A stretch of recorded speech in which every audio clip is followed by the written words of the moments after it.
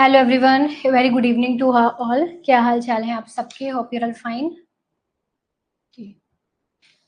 सो आज हमको compensation criteria पढ़ना है, राइट?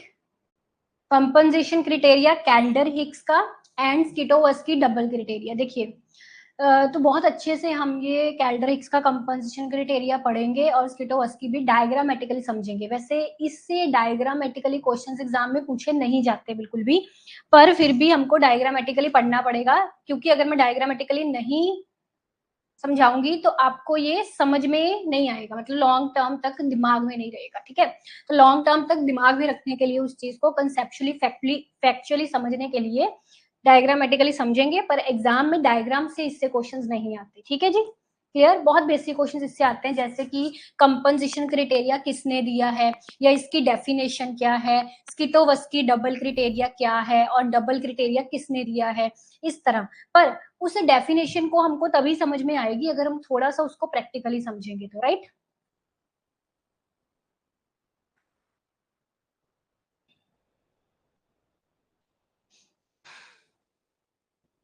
ऑडियो वीडियो क्लियर है ना सबको? स्टार्ट करें।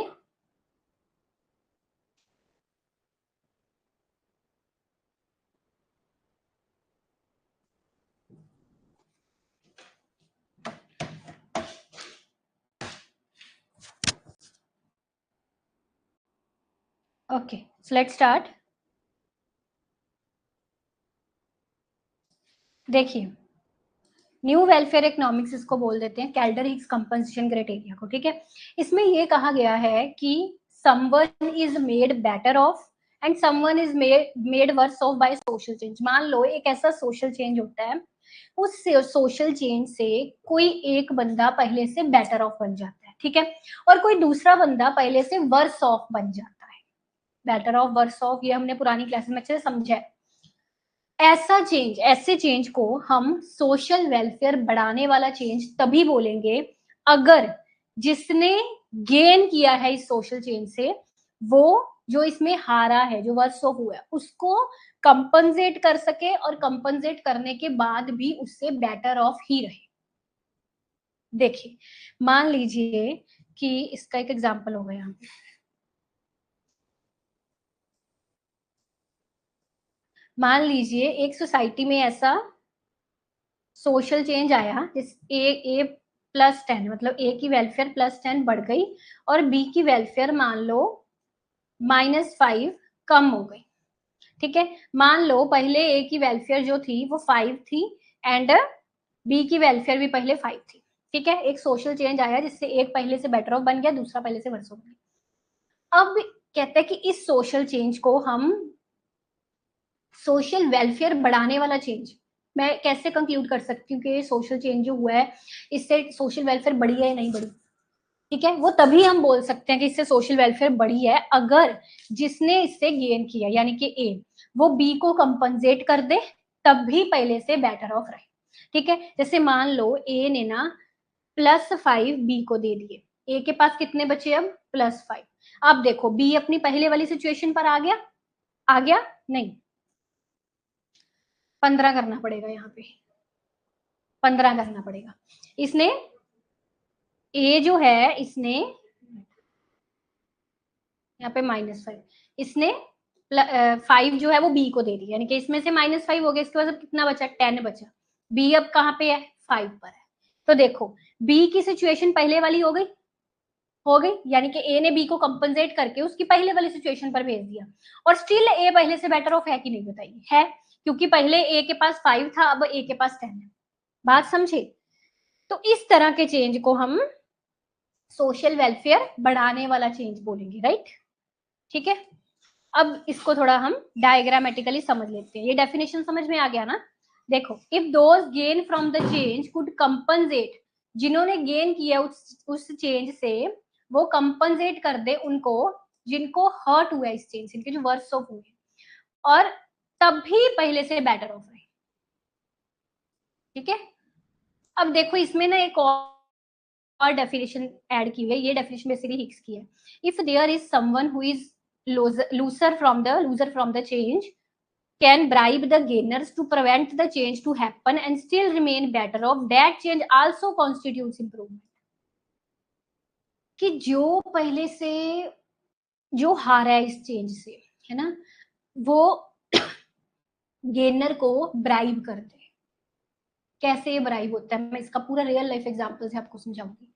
वो ब्राइब कर दे गेनर को इस कि भाई ये चेंज मत हो सोसाइटी में, उसको प्रिवेंट करने के लिए उसको एक लमसम अमाउंट नहीं देते हुए तुम मुझसे 500 रख लो पर ये चीज मत करना। करते कि नहीं, ब्राइब होता है ना वो चीज, तो वो उसको ब्राइब करे गेनर को इस चेंज को प्रिवेंट करने के लिए, ठीक है। और ब्राइब करने के बावजूद भी, यानी कि उसको रिश्वत देने के बावजूद भी वो पहले से बेटर ऑफ रहे, पहले से तब भी वो बेटर ऑफ रहे, इस तरह का चेंज भी इंप्रूवमेंट है। अब ये क्या मतलब है इसका, हम पूरा एग्जांपल से समझेंगे। देखो अब ये डायग्राम देखो पहले, यहाँ पे ये जो आपको डायग्राम नजर आ रही है, इसमें ये यूटिलिटी पॉसिबिलिटी कर्व है जिसके बारे में हमने लास्ट लेक्चर में पढ़ा था, है ना, that is a utility possibility curve.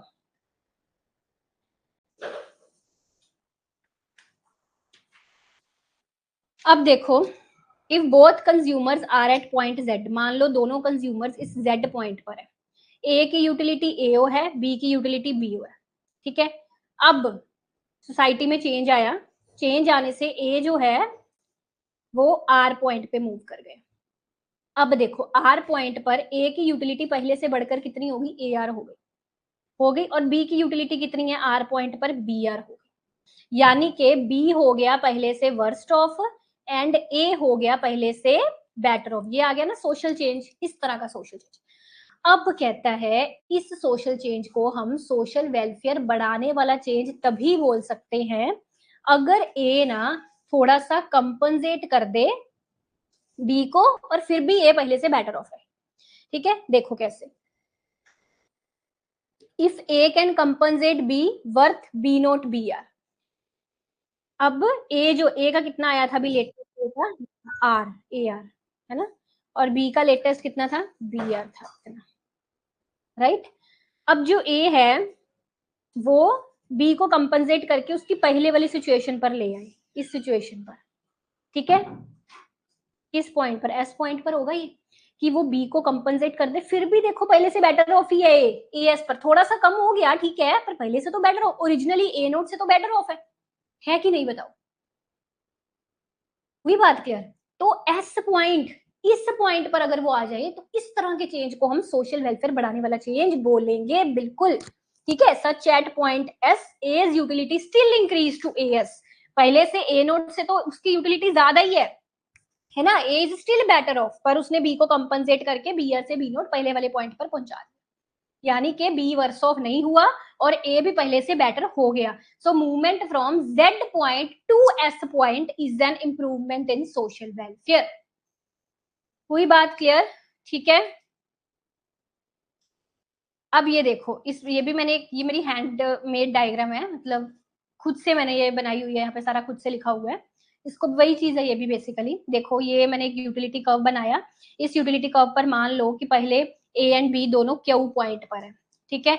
अब कोई पॉलिसी चेंज हुई जिससे क्यू पॉइंट से वो आ जाते हैं टी पॉइंट की तरफ, ठीक है, टी पॉइंट की तरफ। अब यहाँ पे बी की यूटिलिटी बढ़ गई है, ए की यूटिलिटी कम हो गई है टी पॉइंट पर, ऐसा ही हुआ है ना।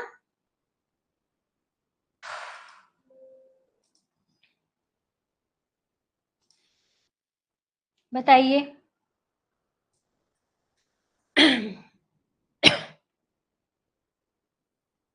हैंड रेस का ऑप्शन का नोटिफिकेशन ही बंद कर रही हूँ। ऑडियो वीडियो क्लियर है ना।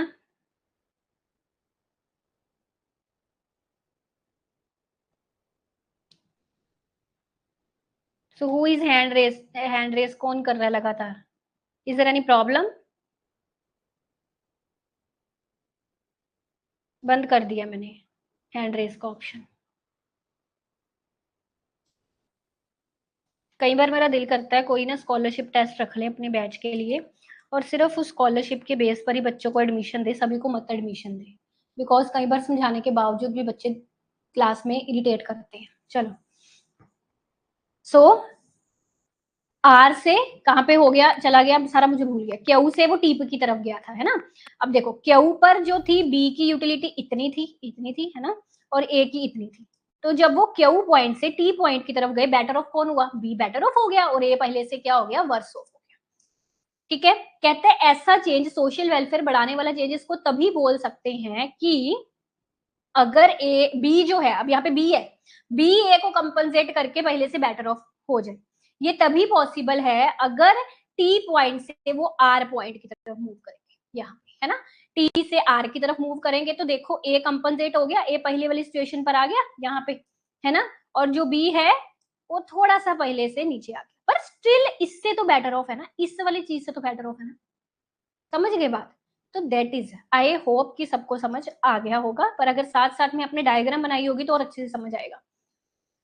अब देखो, इसी डायग्राम से मैं आपको स्किटोवस्की का डबल क्राइटेरिया समझा रही हूँ। लेट्स सी, स्किटोवस्की का डबल क्राइटेरिया क्या कहता है? कहता है to rule out the possibility of contradictory, Kaldor Hicks test में एक कॉन्ट्राडिक्टरी रिजल्ट है, उसके लिए स्किटोवस्की ने एक डबल क्राइटेरिया फॉर्मुलेट किया। इस डबल क्राइटेरिया का मतलब है कि ठीक है, कैल्डर हिक्स टेस्ट की फुलफिलमेंट हो पर रिवर्सल टेस्ट की नॉन फुलफिलमेंट। अब आपको सोचोगे रिवर्सल टेस्ट क्या है? ऐसा हम करते हैं, पहले हम रिवर्सल टेस्ट पढ़ लेते हैं। ठीक है, तो ये रिवर्सल टेस्ट वही है, ब्राइब वाला जो हमने यहाँ पे हमने पढ़ा था ना, ये वाला ब्राइब वाली चीज आपको समझाई थी ना। अब ब्राइब यहाँ पे क्या, जैसे मान लो कि आप कई बार ट्रैफिक रूल्स का उल्लंघन कर देते हो, बंदा बोलता है मैं चलान काट दूंगा, पुलिस वाला बोलता है चलान काट दूंगा, आप कहते हो कि नहीं, थोड़े से पैसे ले ले, चलान मत काट। दैट इज अ ब्राइब, है ना, कि आप उसको वो चीज करने से रोकने के लिए ब्राइब दे रहे हो। इस तरह की ब्राइब की इसमें भी बात हुई है। कैसे समझते हैं कि ये ब्राइब वाला, इसी ब्राइब वाली चीज को रिवर्सल टेस्ट कहा गया हिक्स के द्वारा। ठीक है, कैल्डर ने कहा कि ठीक है, ये पहले वाली चीज कि एक को बेटर ऑफ बनाना है तो उस सोशल वेलफेयर बढ़ानी है, तो जो बेटर ऑफ हुआ है उसको कंपनसेट करना पड़ेगा दूसरे को, और स्टिल बेटर ऑफ रहना पड़ेगा। हिक्स ने कहा कि ये दूसरी चीज भी होनी चाहिए, रिवर्सल टेस्ट भी होना चाहिए, पर स्किटोवस्की ने कहा नहीं, रिवर्सल टेस्ट की नॉन फुलफिलमेंट होनी चाहिए। ऊपर ऊपर से बात अभी समझ आई ना, डिटेल में पढ़ते। देखो ये एग्जाम्पल देखो, एग्जाम्पल फैक्ट्री सेटअप इन ए विलेज, इससे समझते हैं। तो पहली सिचुएशन, नो फैक्ट्री। देखो जब नई फैक्ट्री होती थी, कोई सोशल चेंज नहीं आया था, कोई फैक्ट्री नहीं थी, विलेजर्स बहुत पीसफुली रहते थे, कोई पोल्यूशन नहीं था, पर इनकम कम थी लोगों की, जॉब अपॉर्चुनिटीज कम थी। जैसे ही नई फैक्ट्री आई उसने जॉब्स क्रिएट की, इनकम बढ़ाई, ठीक है, पर पोल्यूशन आया, हेल्थ इश्यूज आए। ठीक है, मतलब प्रॉफिट दिया उसने 500 वर्कर्स को और 100 विलेजर्स में उसने हेल्थ इश्यूज क्रिएट किए, यानी कि 500 बेटर ऑफ हुए हैं और 100 पहले से वर्स्ट ऑफ हो गए। ये बात समझ आई? ठीक है, अब इसी पर हम कैल्डर टेस्ट देखते हैं। क्या कैल्डर टेस्ट क्या कहता है? कैल्डर टेस्ट कहता है can city workers compensate the villagers for the loss, कि जो +500 जिनको हुआ है, जो +500 पैदा हुआ है जिन लोगों को, क्या वो विलेजर्स, ठीक है, जिनको लॉस हुआ है पोल्यूशन के कारण, उनको कंपनसेट करके स्टिल पहले से बेटर ऑफ रह सकते हैं? यस, हो सकता है। ठीक है, अगर मान लो टोटल गेन 50 लाख का हुआ है, मान लो इन 500 वर्कर्स को जॉब्स वगैरह मिल गई, टोटल गेन मान लो 50 लाख का हुआ, विलेजर्स का लॉस मान लो जो है वो 5 लाख के बराबर है, तो बिल्कुल ये इनको थोड़ा बहुत कंपनसेट कर भी देंगे ना, 5 लाख का इसको कंपनसेशन दे देते हैं पहले वाली सिचुएशन पर लेके आने के लिए, और फिर भी ये 45 लाख स्टिल बेटर ऑफ रह रहे हैं। That means that is an improvement, बिल्कुल ये इंप्रूवमेंट है, फिर भी ये 45 लाख प्रॉफिट में रह रहे हैं। बात समझे? अब हिक्स टेस्ट क्या कहता है? जैसे मैंने आपको कहा हिक्स टेस्ट में आता है रिवर्सल, ये चीज बड़े ध्यान से समझना। Can villagers bribe the city workers to stop the factory? अब वो ब्राइब वाली चीज आ गई कि विलेजर्स ना, जो वो है ना सिटी वर्कर्स, उनको ब्राइब मतलब कि रिश्वत दें कि भाई इस फैक्ट्री को स्टॉप करना है, ठीक है, कि मतलब आप नौकरी वगैरह छोड़ दो, यहाँ से दोबारा जिस सिचुएशन पर आप पहले थे उस सिचुएशन पर चले जाओ, अनएम्प्लॉयड थे, ठीक है, अनएम्प्लॉयड हो जाओ, हम तुमको ब्राइब दे देते हैं, पर हम नहीं पोल्यूशन सह सकते, हम यहाँ पे पोल्यूशन नहीं सह सकते, थोड़ा बहुत तुमको पैसा दे देते हैं तो नौकरी को बिना रह। That is the reversal test, कि जिसको लॉस हुआ है, हमने क्या पढ़ा था डेफिनेशन में, जिसको लॉस हुआ है वो ब्राइब कर दे, ब्राइब दे दे गेनर को टू प्रिवेंट दिस चेंज, और तब भी जिनको लॉस हुआ है वो बेटर ऑफ रहे, ब्राइब दे के भी उनको पहले से बेटर ऑफ रहे, तो इसको भी इंप्रूवमेंट बोलते हैं। ये हिक्स ने कहा, ये रिवर्सल टेस्ट हिक्स का। ठीक है, देखो कैसे, मान लो जो विलेजर्स हैं हर एक वर्कर को, मतलब उनको टोटल उन्होंने 6 लाख रुपया उनके पास है और उन्होंने 6 लाख रुपया हर एक वर्कर को एज ए ब्राइब दे दिया कि भाई जाओ जो अपनी जगह, कोई जॉब जॉब करने की जरूरत नहीं है, हमने ये फैक्ट्री जो है करने देंगे, ठीक है। अब अगर सिटी वर्कर्स उसको एक्सेप्ट कर लेते हैं, ठीक है, कर लेंगे एक्सेप्ट, फिर भी जो जिन्होंने लूज किया था, जो जो वर्स्ट ऑफ थे, वो फिर भी पहले से बेटर ऑफ ही है ना। So if city workers accept, then it looks also an improvement.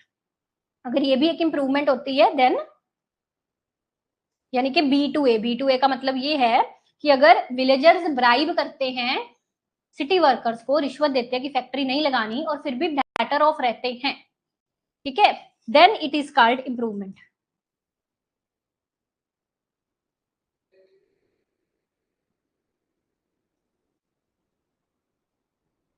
यहाँ पे 6 नहीं आना चाहिए था, 4 लाख आना चाहिए था, है ना। क्योंकि अगर मतलब वो फैक्ट्री खोलने देते तो उनको लॉस कितने का होना था, 5 लाख का लॉस होना था, है ना। तो अगर वो कहते कि नहीं हमको ये लॉस नहीं सहना, हम आपको थोड़ा ब्राइब कर देते हैं, आप जाओ अपने अपने ठिकाने पर, 4 लाख से ब्राइब करेंगे तभी उनको 1 लाख का प्रॉफिट हो रहा है अब भी। बात समझ रहे हो कि नहीं, दैट मीन्स वो फिर भी इंप्रूवमेंट में चल रहे हैं। उनको ब्राइब करने के बावजूद भी वो 1 लाख की इंप्रूवमेंट में चल रहे हैं, क्योंकि अगर वो नहीं ब्राइब करते तो उनको 5 लाख का नुकसान हो रहा था पोल्यूशन के कारण। हुई बात क्लियर। उसको पैसे की टर्म्स में इसलिए समझा रहे हैं, क्वांटिफाई करने के लिए, कितना किसको लॉस, कितना किसको प्रॉफिट हुआ, ठीक है। ये हिग्स टेस्ट था। अब स्किटोवस्की का डबल टेस्ट क्या कहता है, वो कहता है नहीं, रिवर्सल टेस्ट फुलफिल नहीं होना चाहिए, ठीक है।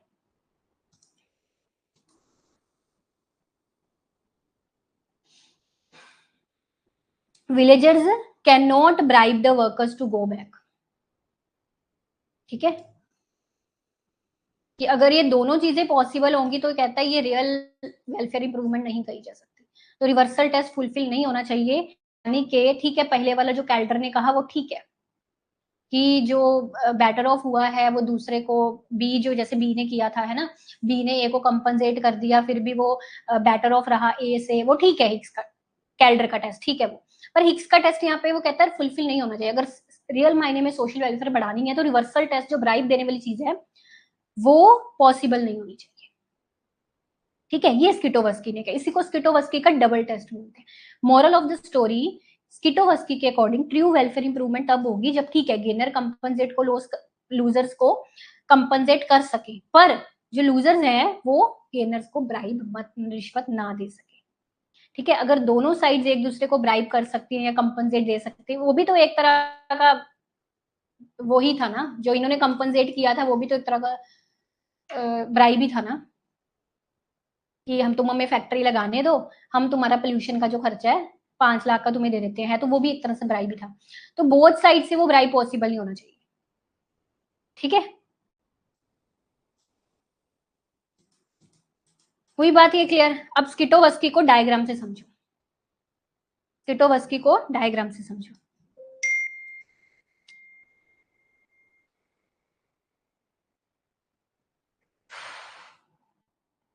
हुई क्लियर बात ना।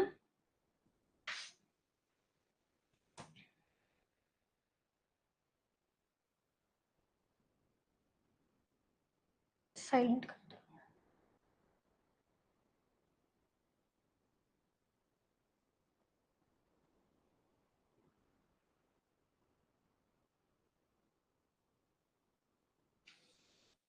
बताइए यहां तक क्लियर है, फिर ही हम डायग्राम समझेंगे।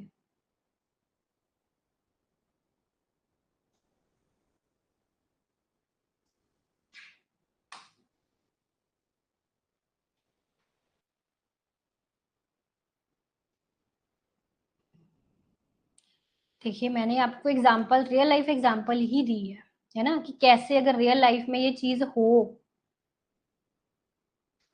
तो ये मैंने आपको क्या दिया, ये रियल लाइफ एग्जांपल नहीं थी, बताइए कुछ और था क्या। एक विलेज है उसमें फैक्ट्री है, क्या ये रियल लाइफ एग्जांपल नहीं थी।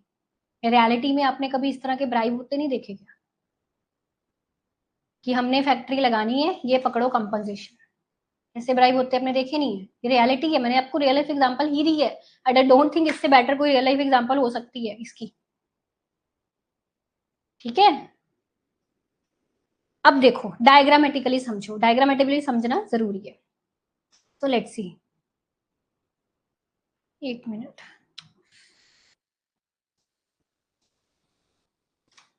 अब ये जो हमने डायग्राम, ये जो मैंने आपको डायग्राम बना के दिखाई थी ना, जो मैंने कहा था अपनी तरफ से, ये मैंने किसी रिसोर्स से उठाई थी और ये मैंने अपनी तरफ से डिजाइन की थी। ये ज्यादा सिंपल लगेगी बिकॉज इससे हम स्किटोवस्की की एग्जांपल बहुत अच्छे से समझ सकते हैं। अब स्किटोवस्की क्या कहता है, if T is better off then Q then return from T to Q should not be an improvement. Return क्या हुआ कि वो डिसीजन बदल गया, वो नई फैक्ट्री लगानी है, ये रिटर्न हुआ ना, क्योंकि कंपनसेशन उनको मिल गई, वर्कर्स सिटी वर्कर्स वगैरह को भी, कि अब फैक्ट्री नहीं लगेगी वहां पे, ना रिटर्न। सो वो कहते हैं, हमने अभी पढ़ा था ना कि क्यू से वो टी पॉइंट पर आ गए, तो इसको सोशल वेलफेयर बढ़ाने वाला चेंज तभी कहेंगे अगर टी से वो आर पॉइंट की तरफ आ जाए। कहता है अगर सोशल चेंज हो गया, टी पर वो आ गए है ना, तो दोबारा टी से क्यू पर नहीं जाना चाहिए सिस्टम, दोबारा रिवर्स नहीं होना चाहिए वो system. That reversal is not possible from T to Q, return from T to Q should not be an improvement. कि फैक्ट्री भी नहीं लगाई है ना, फिर भी हम बोल रहे हैं कि इम्प्रूवमेंट होगी सोशल वेलफेयर की,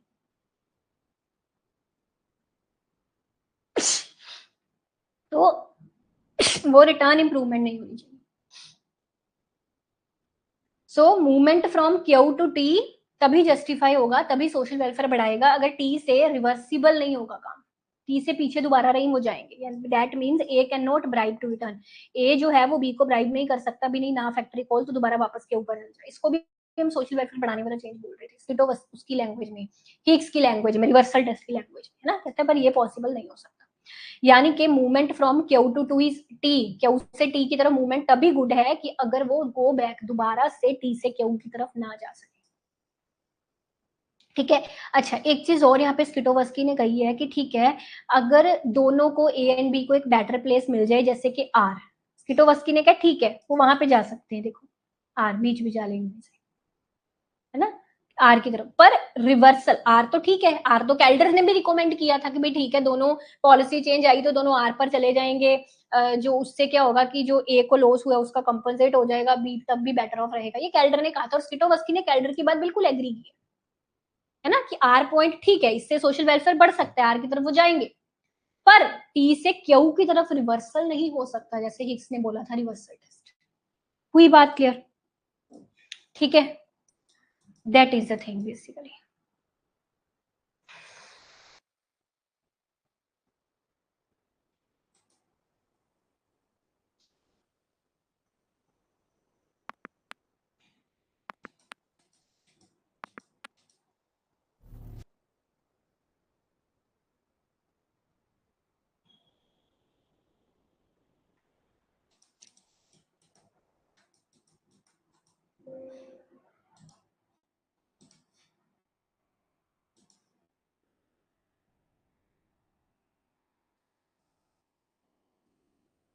ए तो बेटर ऑफ नहीं हो रहा था डायग्राम में, क्यों नहीं हो रहा? ए को बेटर ऑफ थोड़ी होना है, ए को पहले वाले हालातों पर आना है, ए अपने पहले वाले हालातों पर आ जाए और बी तब भी पहले से बेटर हो। बात क्यों नहीं समझ रहे हो? मैंने आपको अभी एग्जांपल से समझाई है ये चीज, देखो दोबारा से आओ, ये यहाँ पर आओ, यहाँ पे क्या हो रहा था, इसको +15 का हुआ था, इसको -5 का हुआ था। लॉजिक ये है कि ए जो है वो बी को पहले वाली सिचुएशन पर ले आए, जहां पे वो पहले था 5 पर था, उसको पहले वाली सिचुएशन पर ले आए, पर फिर भी वो खुद पहले से बेटर ऑफ रहे।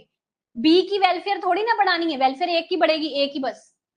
बी का जो लॉस हुआ था वही कंपनसेट करना। कंपनसेशन का मतलब क्या होता है? कंपनसेशन का मतलब ये थोड़ी ना होता है कि पहले को बेटर ऑफ बना।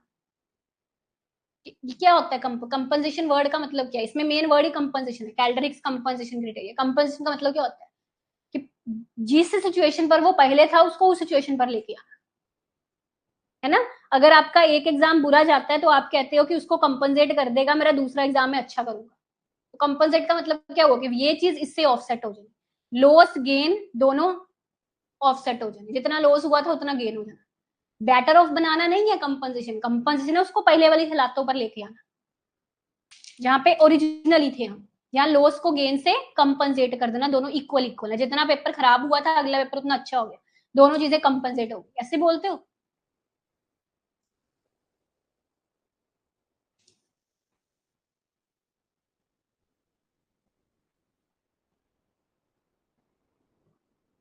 अब इसी को तो सोशल वेलफेयर बोलेंगे ना। अदरवाइज सोशल वेलफेयर बनेगी नहीं, सोशल वेलफेयर का कंसेप्ट ही नहीं इसमें आएगा अगर बी का ए को कंपनसेट ही ना करे। ठीक है, कोई दिक्कत नहीं है, बी ए को कंपनसेट ना करे, फिर ऐसे चेंज को हम सोशल वेलफेयर बढ़ाने वाला चेंज नहीं बोल सकते। इसको हम सोशल वेलफेयर बढ़ाने वाला चेंज तभी बोल सकते हैं अगर बी ए को कंपनसेट करे, सिंपली।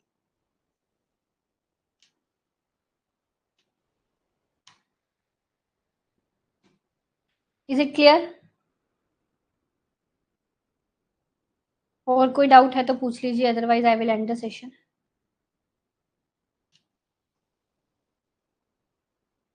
आज के लिए इतना ही रखते हैं कि नेक्स्ट क्लास में करते हैं।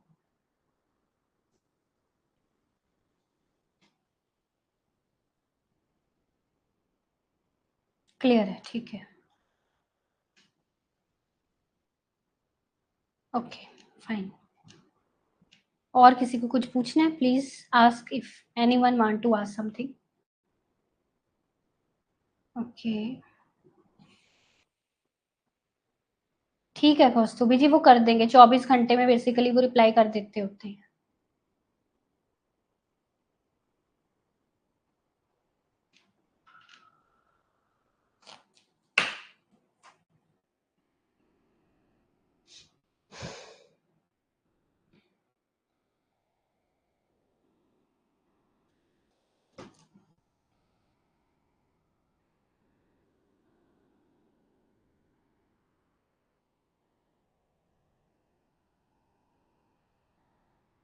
ठीक है।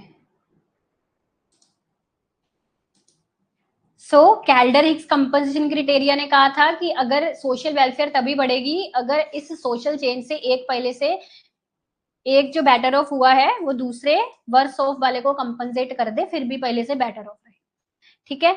और दूसरी इसमें चीज हमने ये पढ़ी थी कि अगर जो वर्स्ट ऑफ हुए हैं इस चेंज से वो गेनर्स को ब्राइब कर दें इस चेंज को प्रिवेंट करने के लिए कि ये चेंज मत करो, और फिर भी वर्स्ट ऑफ वाले बंदे पहले से बेटर ऑफ है।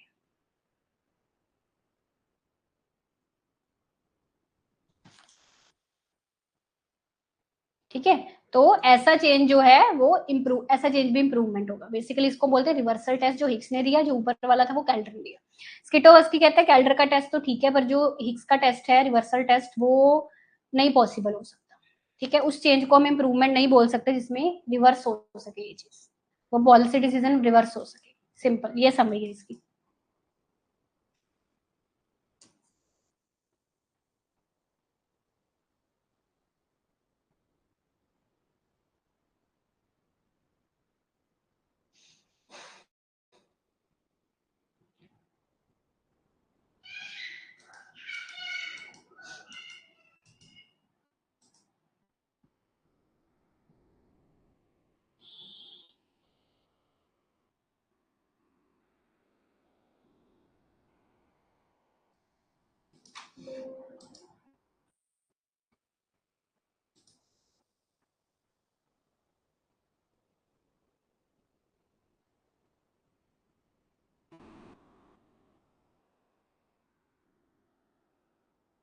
हिंदी मीडियम है तो कमला जी आप ऐसा करा करिए, जो क्लास नोट्स अपलोड करती हूँ ना वो पढ़ लिया करिए क्लास के बाद थोड़ा, उससे समझ आ जाएगा आपको। ठीक है। एग्जाम में प्राइमरी लैंग्वेज ना वो लोग इंग्लिश कंसीडर करते हैं, अगर आप सिर्फ हिंदी माध्यम माध्यम के अकॉर्डिंगली एग्जाम में क्वेश्चनों का हल करेंगे ना तो आपको प्रॉब्लम होगी। कई चीजें जैसे हिंदी मीडियम में गलत दी होती हैं, ट्रांसलेशन गलत होती है, तो वो प्राइमरी मीडियम इंग्लिश कंसीडर करते हैं। आपको इस चीज का आई थिंक पता होगा। तो अगर आप सिर्फ हिंदी वाले मीडियम पर रहेंगे ना तो आपके लिए प्रॉब्लम क्रिएट कर सकती है चीज। ठीक है। केवल इंग्लिश मीडियम पर रिलाय करेंगे तो कोई प्रॉब्लम नहीं है ना। पर अगर सिर्फ हिंदी हिंदी पे कर रहे हैं ठीक है, पर इंग्लिश भी साथ में उसका आना चाहिए, अदरवाइज एग्जाम में आपको प्रॉब्लम होगी होगी इस चीज से। और दूसरा चीज कल को आपको पढ़ाने में भी प्रॉब्लम आएगी, बिकॉज जब इंटरव्यू दोगे तो वो आपसे नहीं पूछेंगे कि मुद्रास्फीति बताओ मुझे क्या होता है। ठीक है। क्या मुद्रास्फीति, क्या इन्फ्लेशन की हिंदी होती है ना शायद, वो आपसे पूछेंगे इन्फ्लेशन क्या होता है। वो आपसे नहीं पूछेंगे मुझे मांग और कीमत का संबंध बताओ, वो आपसे पूछेंगे डिमांड एंड प्राइस का रिलेशन बताओ। ठीक है। सो प्लीज मेरी सब हिंदी मीडियम वाले छात्रों से रिक्वेस्ट है, सिर्फ हिंदी मीडियम पर रिलाई मत करें, आपके फ्यूचर में आपको बहुत प्रॉब्लम्स आएंगी। मैंने देखे हैं हिंदी मीडियम वाले बहुत बहुत इंटेलिजेंट स्टूडेंट्स को प्रॉब्लम आती है आगे जाकर। ठीक है।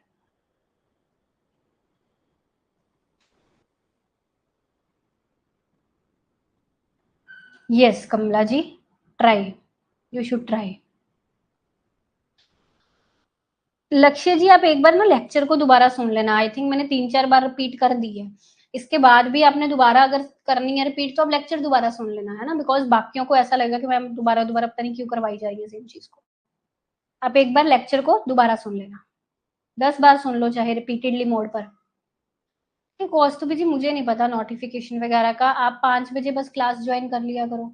अगर क्लास रीशेड्यूल हो या कुछ भी ऐसा हो तो अनाउंसमेंट सेक्शन में उसका नोटिफिकेशन मिल जाएगा आपको अनाउंसमेंट में, ठीक है। अगर नहीं है कोई नोटिफिकेशन इस तरह का आपको अनाउंसमेंट में दिखा तो दैट मीन्स आप 5 बजे ज्वाइन कर लो, और जब आप ऐप ओपन करोगे अगर लाइव क्लास होगा तो वहाँ पे ज्वाइनिंग का ऑप्शन आ ही जाता है नॉर्मली, वहाँ पे क्लिक करोगे तो ज्वाइन हो जाएगा बस। You don't need notification for this, ठीक है। चलो ठीक है जी, ओके।